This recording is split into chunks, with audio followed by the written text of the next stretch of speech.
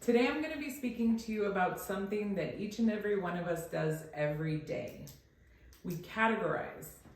In fact, categorizing and differentiating is something that we learn very early in childhood. I remember reading my favorite Dr. Seuss quote, "Today you are you, that is truer than true, there is no one alive who is you-ier than you." Not only is it fun to say, but it taught me at a very young age that we are all unique. Nowadays, there are so many different types of personality tests that are available to us. But today I'm going to be talking to you about the most popular and most often used personality assessment, and that is the Meyers-Briggs Type Indicator, or MBTI for short. The Meyers-Briggs Type Indicator was developed by Catherine Briggs and her daughter Isabel Briggs Meyers, and their work and indicator was based off of the Swiss psychologist Carl Jung's theory of psychological types and functions. And according to Dr. Saul McLeod of Simply Psychology, Jung was the first to distinguish between the two major attitudes or orientations of introversion or extroversion.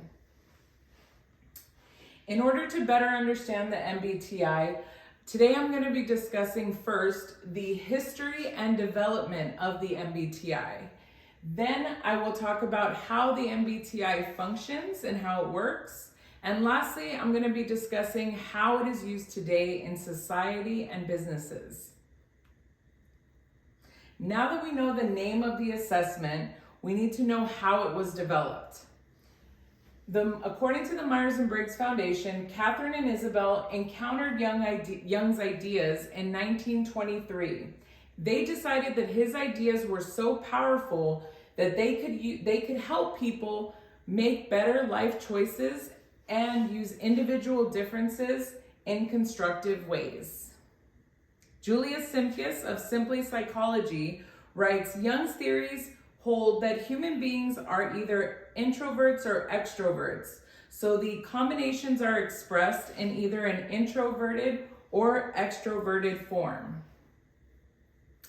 Catherine and Isabel's purpose in creating the MBTI was so that people could use the information that they would learn about themselves in order to find jobs that were better suited to the individual person. His works were later translated from German to English around the time of World War II. This was a time that many women were joining the workforce, many of them for the very first time. Okay, we know how it works. We know its history, but how does it work? How does it function?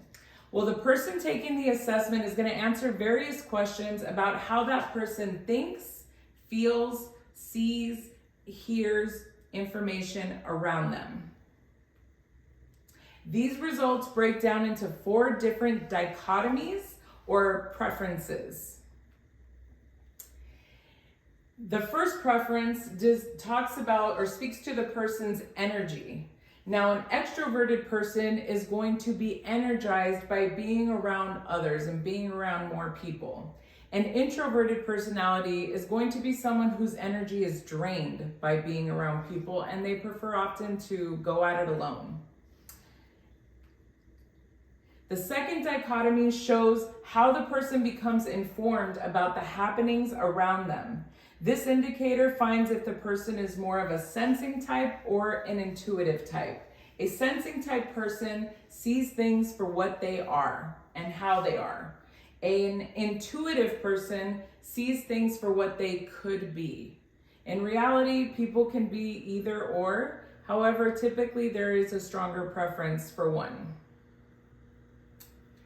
The next dichotomy, or the third dichotomy, speaks to the person's decision-making preferences. Now, a thinking personality type is going to be someone who makes their decisions based on logic and impersonal facts. They can be a little bit separated here. A feeling person is going to be someone who makes their decisions based off of their personal feelings or beliefs. Everyone uses thinking for some decisions and feelings for others. In fact, a person can make a decision using their primary preference, then test that decision by using the other preference to see what might not have been taken into account. The fourth and last dichotomy speaks to the person's relationship with the external world. A judging type personality, not to be confused with being judgmental, is more task-oriented. They work quickly, energized when people and when things are kept under control. They know the rules and follow them happily or work to change them. A perceiving type personality is going to be more naturally flexible and spontaneous. They are energized by options and possibilities, and they're typically known as the stop and wait personality because they typically like to stop and wait before making a decision or moving forward. Using the results of the Meyers-Briggs type personality, preference is shown for each category, and this individual's personality type will be expressed in a code with 4 letters. E for extrovert, I for introvert, S for sensing, N for intuitive, T for thinking, F for feeling, J for judging, and P for perceiving. Finding out more information about ourselves and our personalities can be helpful in becoming more self-aware and for personal development. Worldwide, this test is used in workplaces, career assessments, furthering education, psychotherapy. Statistics show that more than 3.5 million assessments are administered each year, and nearly 90% of the Fortune 100's companies use the MBTI test in the hiring process or as a team building exercise. By having an understanding of how each person works, you can better gauge what they'll need to complete their jobs effectively, as stated by Colossus Media Group.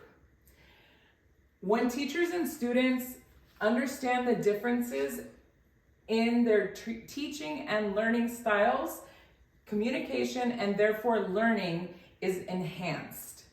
When students and teachers disagree, type knowledge can help both to recognize the validity in the other person's approach and needs.